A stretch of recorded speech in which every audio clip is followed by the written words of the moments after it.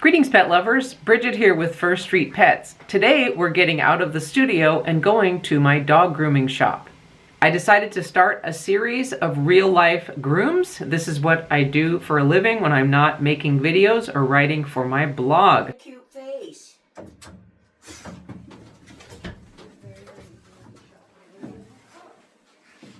This will be edited, but at some point I want to start doing live streams when I feel brave enough. Because you never know what's going to happen. That's why people watch live streams. They want to see you get bitten or attacked. This dog is Oreo. He's a 2-year-old Border Collie mix.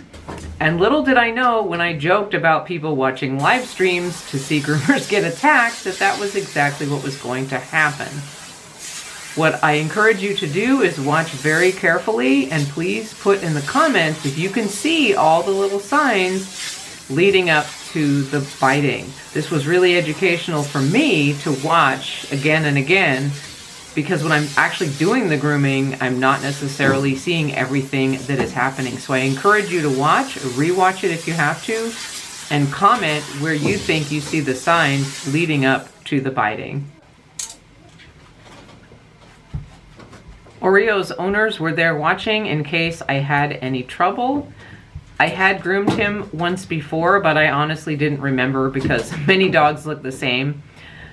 But they did stay and watch, and so I was kind of talking to them throughout the process, but you can see him sort of looking towards the lobby as a way of escape.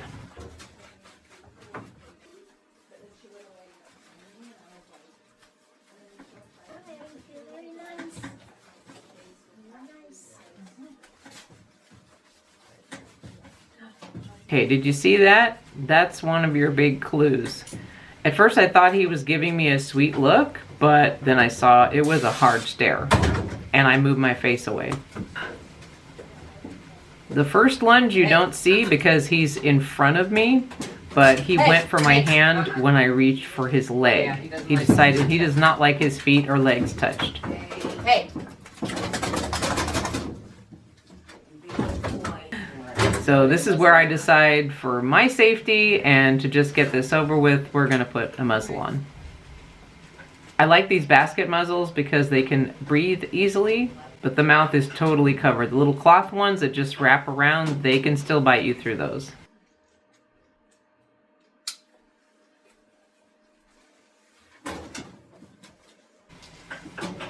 So here I'm working with him. This can look a little harsh if you haven't seen it before, but it's basically pressure and release. What I'm trying to do is hold the foot until he relaxes or gives, even for a second, and then I release it.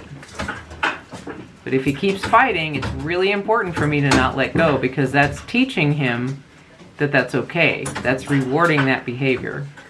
I get it that he's uncomfortable, but these are normal things that a dog has to get used to. I'm not hurting him. I'm not doing anything out of the ordinary. And his reactions are pretty extreme.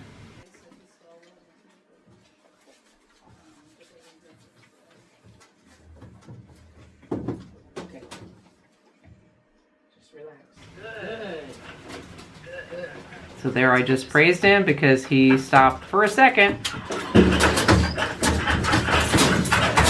and then decided he was done.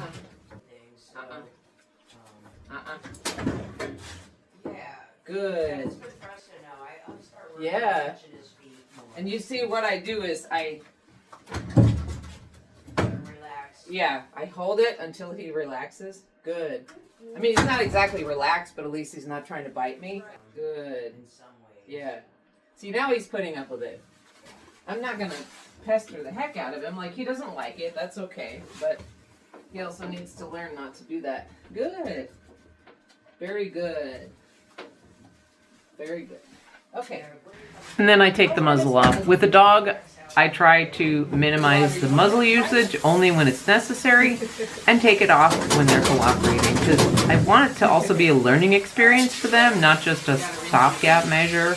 And there are some dogs I've worked with over the years who were Cujo in the beginning, and I had to use the muzzle, but I was able to taper it off to the point where I could do the whole groom without a muzzle. But every dog is different. Some adapt and some don't. So here I'm just rinsing and drying him, giving some signs there. Comment if you know what that means.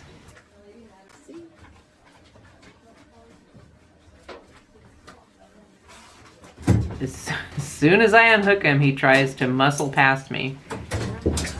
And I wonder why my back hurts sometimes.